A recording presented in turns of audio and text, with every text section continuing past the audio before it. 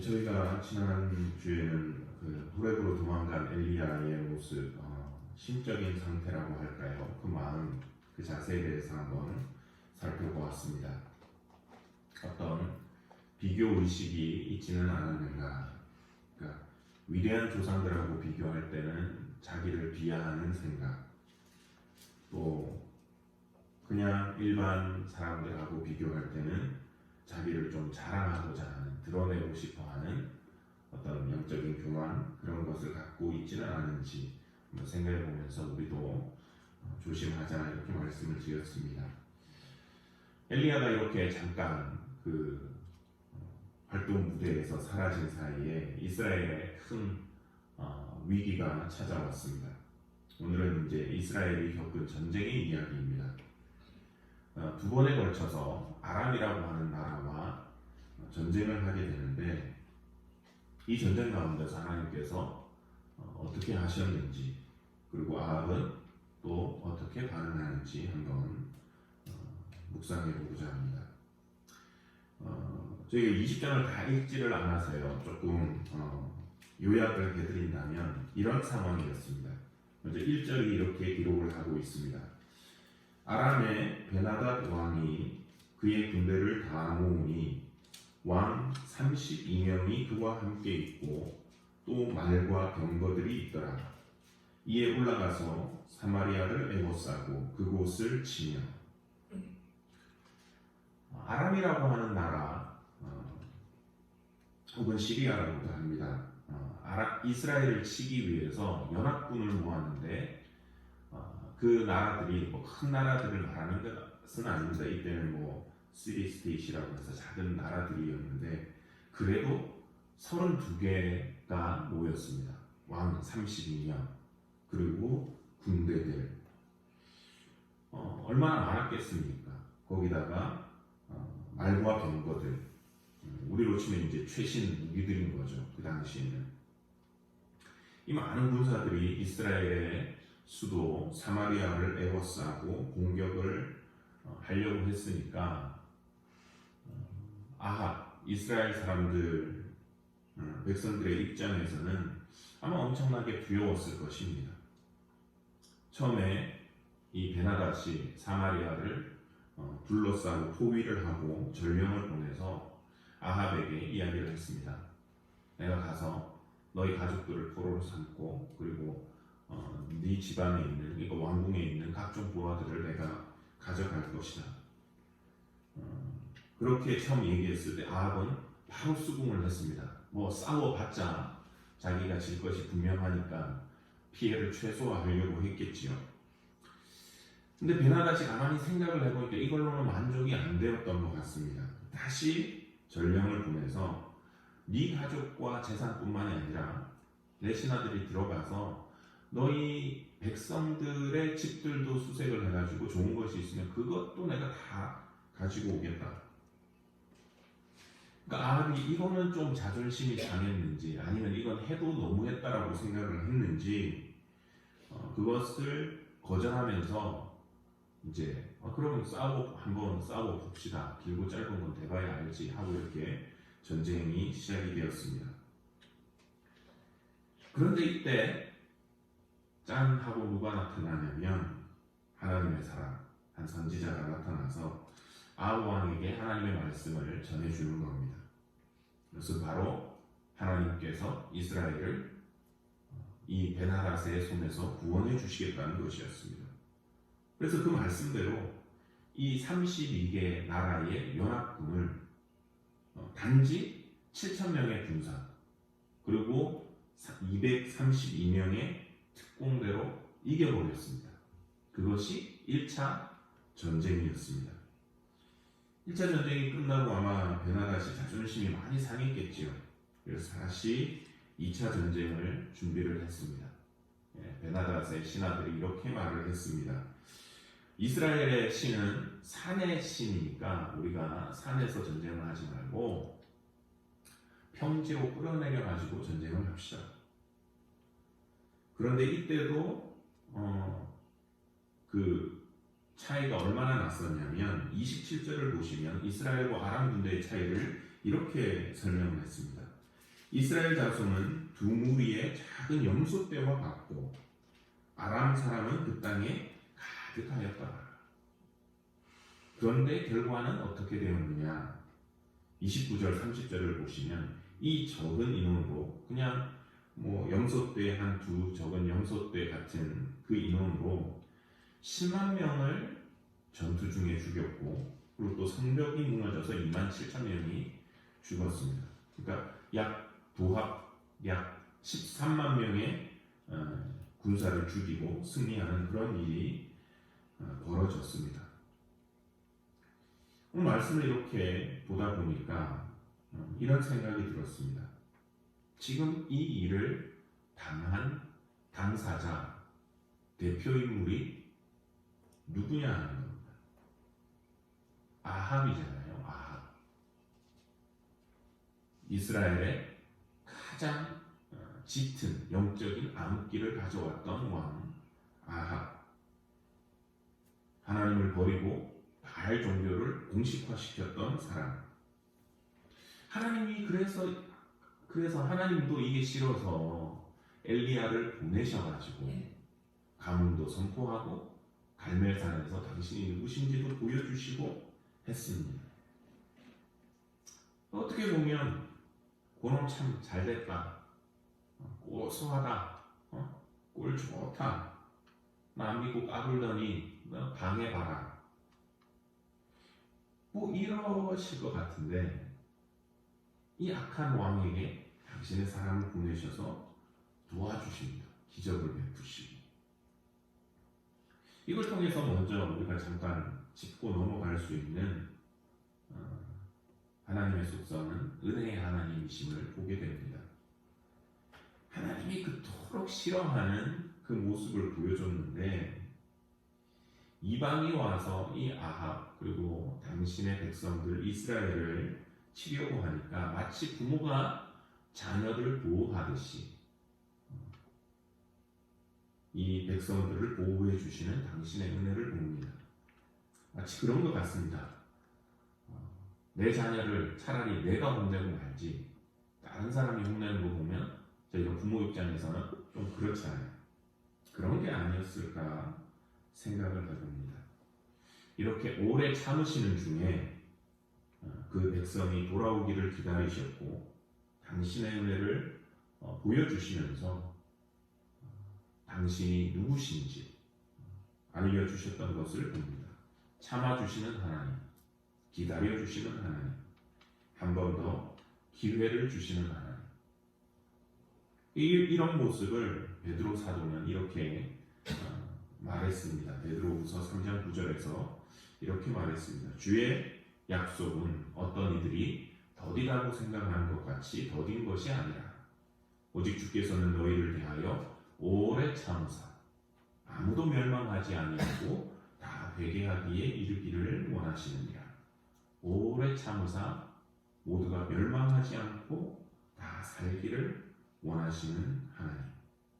참아주시고 기다려주시고 멸망하지 않도록 다시 기회를 주시는 하나님. 그 하나님의 은혜가 이 본문 속에서 보이는 것 같습니다. 참 감사하지요.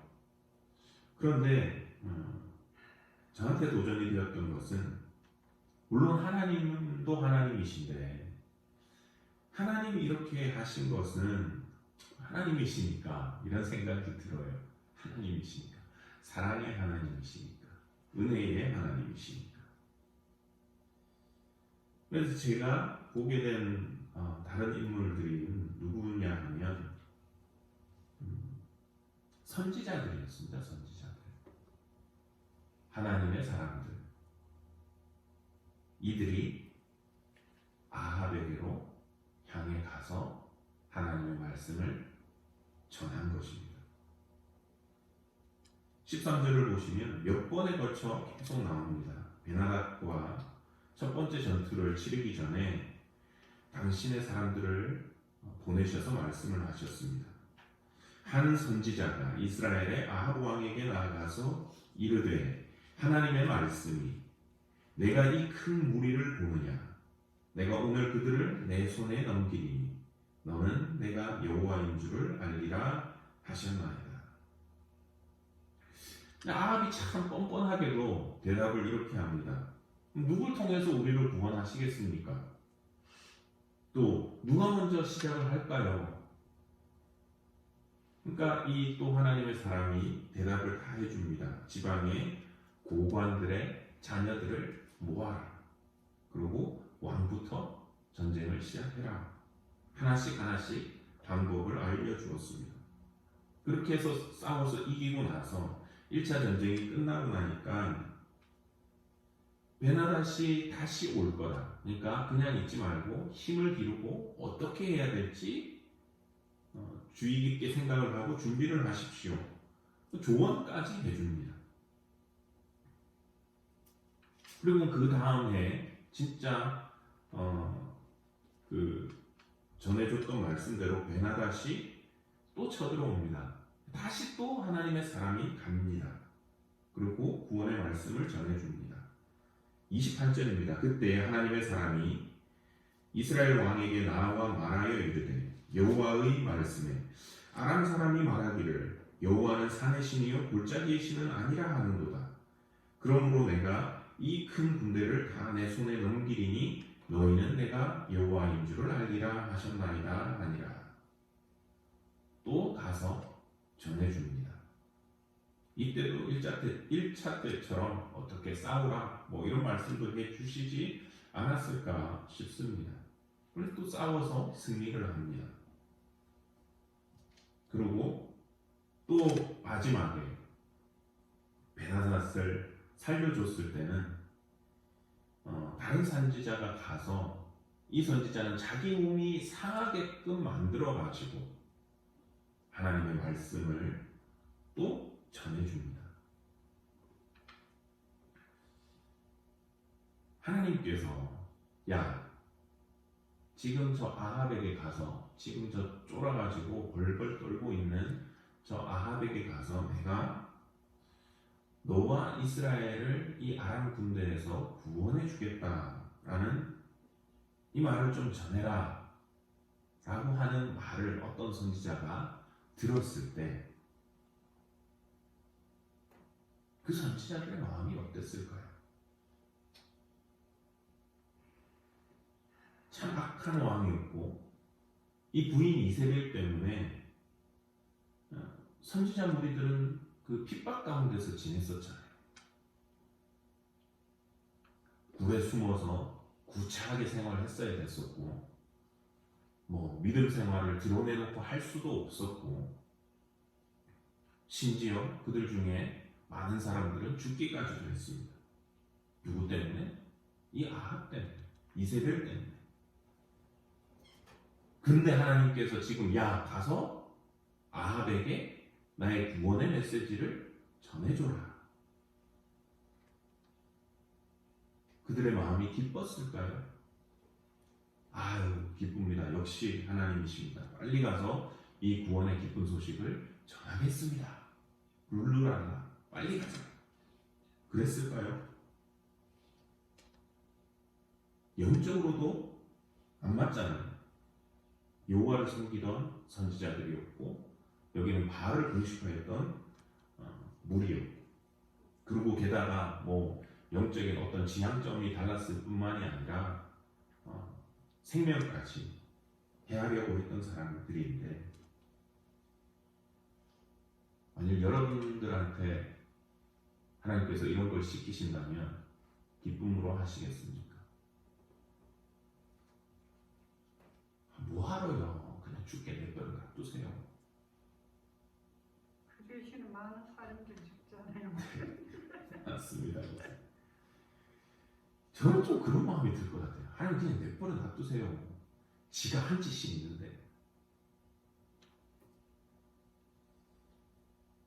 아니면 또 이런 마음이 들지 않았을런지도 모르겠습니다. 하나님 그 위대한 엘리야도 지금 겁먹고 도망가서 지금 어디로 갔는지도 모르겠고 안 나섰는데 제가 뭐 별것 아닌 제가 나서서 뭐 얘기한다고 이 사람이 뭐 듣겠습니까?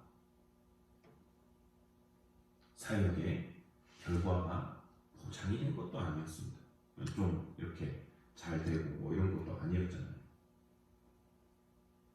그러니까 아합에게 가서 하나님의 말을 전하라라고 했을 때 인간적으로 본다면 어쩌면 별로 기쁜 일도 아니고요. 동의하고 싶지도 않고요. 그리고 별로 하고 싶지도 않았을지 모르겠습니다. 마지막에 이 선지자는 심지어 자기 몸을 다쳐가면서까지 내가 왜 내 몸까지 상해가면서 해야 됩니까? 물론 그때는 심판의 메시지를 전한 것이지만 그들의 기분, 감정, 생각 모든 것들을 내려놓고 하나님의 말씀을 알려주고 하나님의 일을 하고 있는 것을 보게 됩니다. 예전에 제가 어떤 사역을 할 때 좀 저랑 이 다방면에서 좀 뭐가 안 맞는 분이 계셨어요. 방향도 그렇고 일을 진행하는 방법이나 또 처리하는 순서나 이 모든 것들이 참 이렇게 자꾸 부담을 주시는 거예요. 그러고는 이제 뭐 부탁을 하시는데 그래도 연배가 있으니까 처음에는 이렇게 뭐 한다고 도와드렸었더랬습니다. 근데 이제 나중에는 이게 너무 불편해지니까 제가 어땠을까요? 나중에는 이제 거절을 했어요. 못하겠습니다. 제가 속이 좋아가지고 물론 이제 정중하게 말씀을 드렸죠. 그건 아니라서 제가 안 되겠네요. 시간이 안 되겠네요. 제가 요즘 좀 바쁘네요. 죄송합니다. 이렇게 계속 좀 거절을 했습니다. 왜냐하면 저건 아니다라는 생각이 이제 들었었거든요. 그러다가 어떤 선배 목사님이랑 그분에 대해서 얘기를 할 기회가 있었습니다. 그래서 쭉 설명을 디테일을 장황하게 딱 설명해서 이게 이랬고요 저랬고요. 그래서 저는 그건 아닌 것 같더라고요. 근데 그러니까 이제 그 선배님이 그러시더라고요. 그런 상황이었구나. 그런 상황이라면 여기까지 딱 들었을 때는 이해를 해주시는구나. 내 편이 생겼다. 근데 마지막에 그랬습니다. 그런 상황이라면 만약에 나한테 왔었으면 나는 아마 그래도 했을 것 같아. 하나님 일이었으니까. 그래서 제가 그때 참 부끄러웠던 적이 있습니다. 지향점도 다르고 일하는 방식이 달라도 하나님의 일이니까 자기 같았으면 했을 거라고. 지난주 엘리야의 말이 그거였습니다. 하나님 저만 혼자 남았습니다. 그때 하나님께서 주신 말씀이 뭐였냐면 야 너 혼자 아니야. 다른 사람 이 사람 세우고 그리고 네가 모르는 또 많은 사람이 있다. 오늘 하나님께서 그걸 증명하시는 것입니다. 엘리야 같이 위대한 사람만 사용하셔서 당신의 일을 하시는 것이 아니라 그에 비하면 이름 없는 선지자들, 지금 아무도 이름이 안 나왔습니다. 누군지도 모릅니다. 누릴 영광도 없습니다. 그 중에는 욕하는 사람이 나왔을런지도 모르겠습니다. 왜 그냥 심판당하게 놔두지? 왜 아합에게 가서 그런 얘기를 해줬냐? 하기 싫은 일이었을 수도 있지만 하나님이 하라고 하시니까 묵묵히 순종했던 그 사람들, 하나님은 그들을 사용하셨습니다.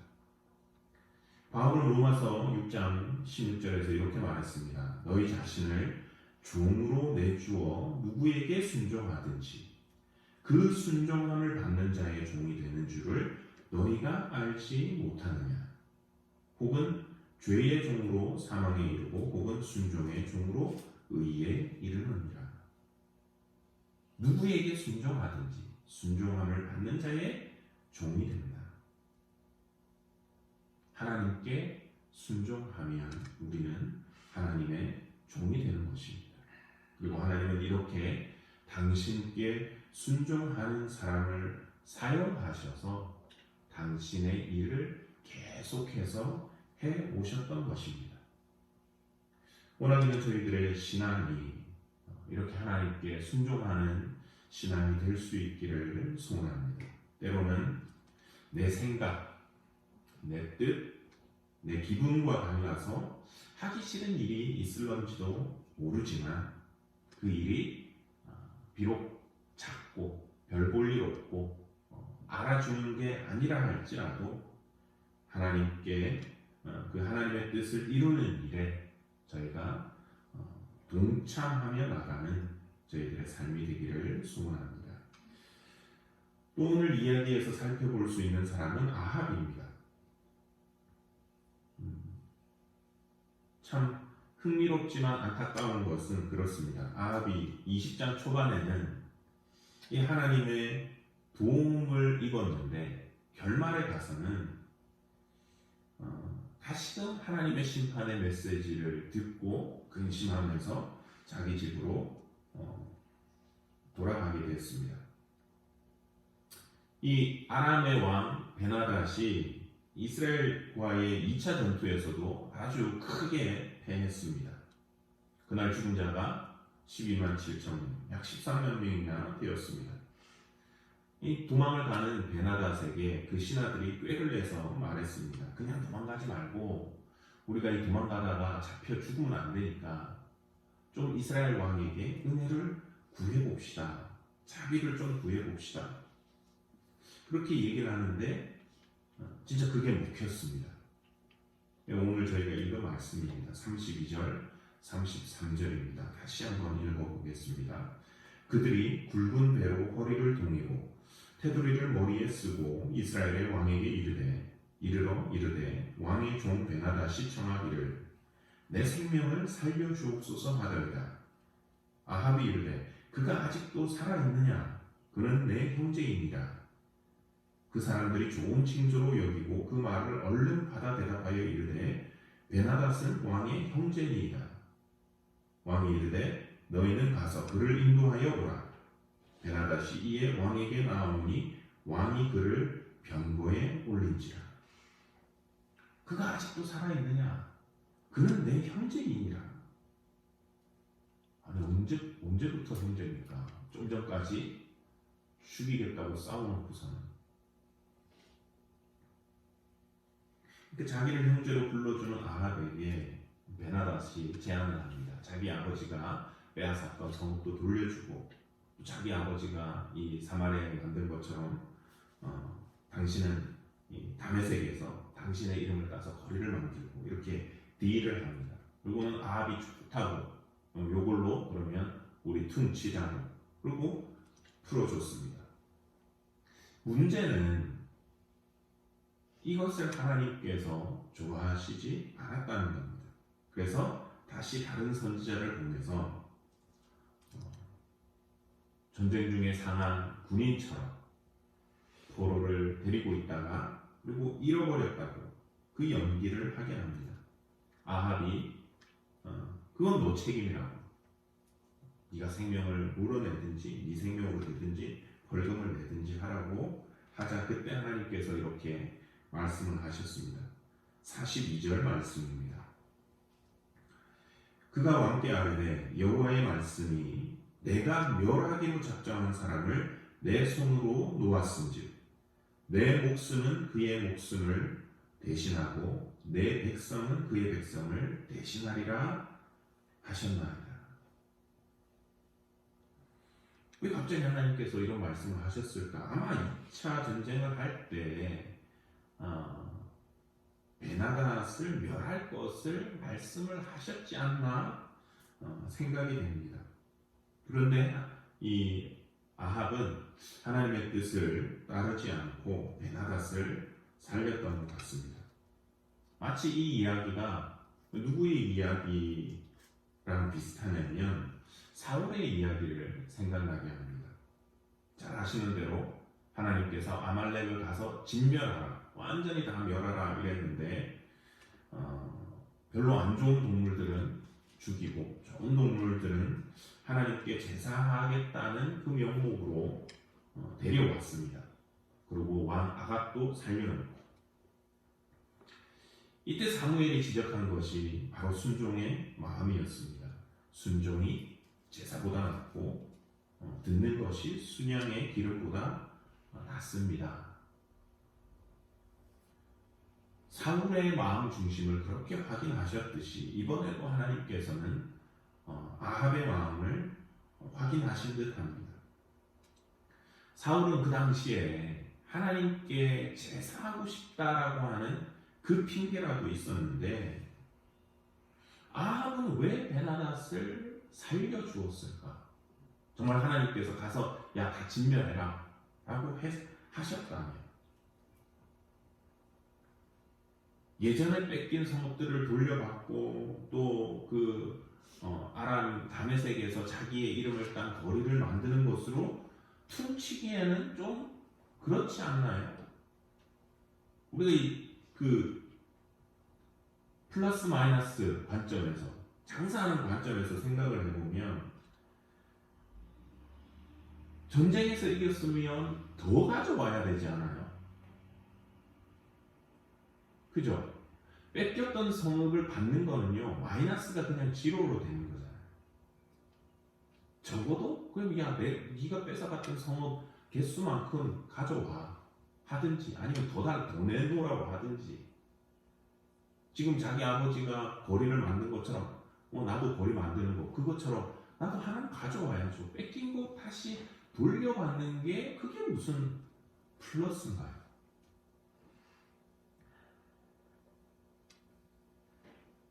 근데 요걸 좀 찾아보니까 역사적 배경이 이랬답니다. 당시 아시리아라고 하는 나라가 더 북쪽으로 나라가 점점 커지고 이제 그 고대 근동의 패권을 다 장악하고 있었는데,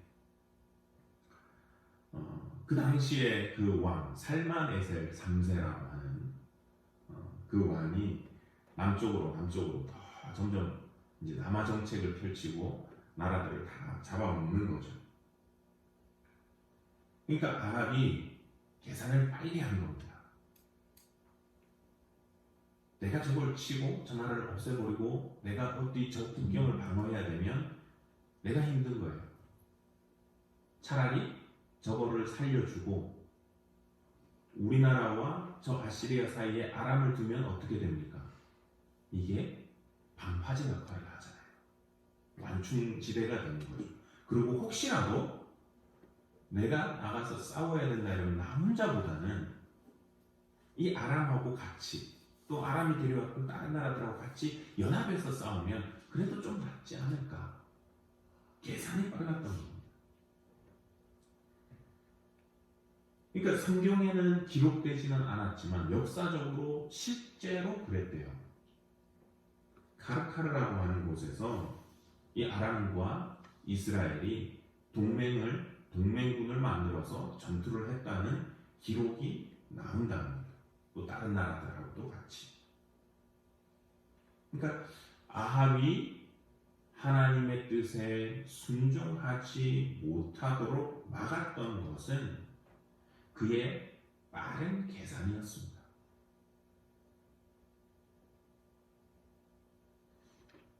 우리가 신앙생활할 때 우리도 때로 하나님의 뜻보다 우리가 빠르게 계산할 때가 있지 않나요? 하나님이 하라고 하시는데 내가 계산해 보니까 이건 안 하는 게 나을 것 같고, 하나님 하지 말라고 하는데 내가 계산할 때는 이거 하는 게 이익일 것 같고, 물론 그 유익이 어떤 분에게는 경제적인 유익이 될 수도 있고요, 어떤 사람에게는 시간일 수도 있고요. 그 시간에 차라리 내가 다른 거 하는 게 낫지. 자존심의 영역이나 명예의 문제일 수도 있고요. 내가 이거 해야 돼? 아니면 내가 이거 한다고 누가 알아주나? 공은 다 딴 사람이 가져가더만. 혹은 자녀의 문제일 수도 있고요. 애가 잘 돼야지. 애가 먼저인데. 혹은 커리어나 경력의 문제일 수도 있고요. 아이고, 내가 뭐 이거 한다고 내 경력에 뭐 도움 되나?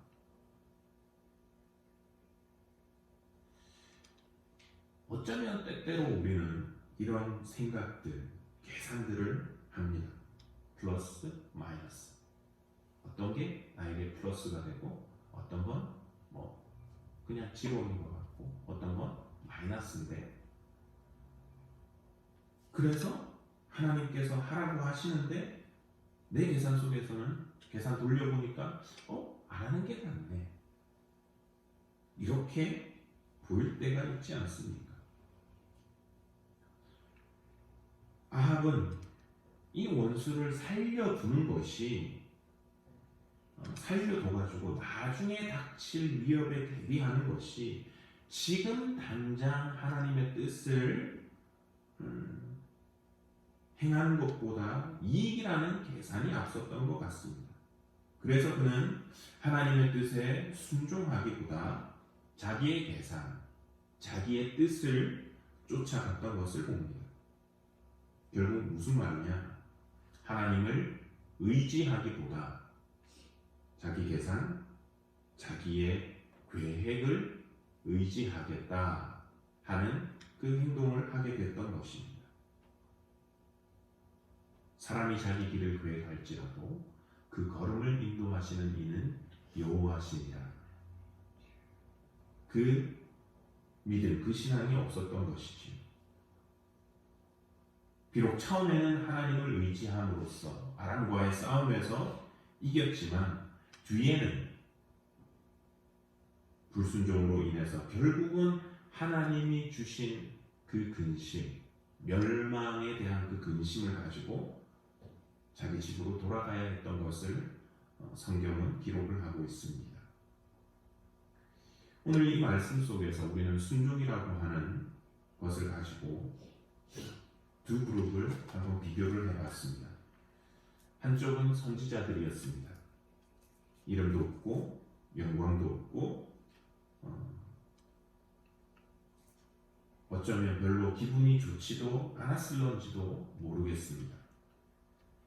하지만 이들의 순종을 통해서 하나님께서는 암흑기에도 당신의 일을 하고 계셨던 것을 저희가 보게 됩니다. 이들은 그 하나님이 하시는 일하시는 중에 동참할 뿐이었습니다. 반면 아합은 일국의 왕이었지만 하나님께서 다시 한번 기회를 주셨음에도 자기의 계산에 의해서 하나님께 순종하기보다 자기를 더 의지하면서 결국에는 하나님의 심판을 초래한 것을 보게 됩니다. 원하되는 저희들의 신앙이 하나님께 늘 순종함으로써 하나님을 먼저 의지할 수 있는 신앙이 되기를 원합니다. 그래서 우리의 삶을, 우리 가족을, 우리 교회를 이끌어 가시고 인도해 가시는 그 하나님의 은혜를 경험할 수 있기를 원합니다. 그렇게 살아가면서 우리가 하나님을 기쁘시게 하고 하나님께서 원하시는 일에 동참하며 나갈 수 있는 저희들의 삶이 되기를 소원합니다. 기도하시겠습니다. 하나님 아버지, 은혜를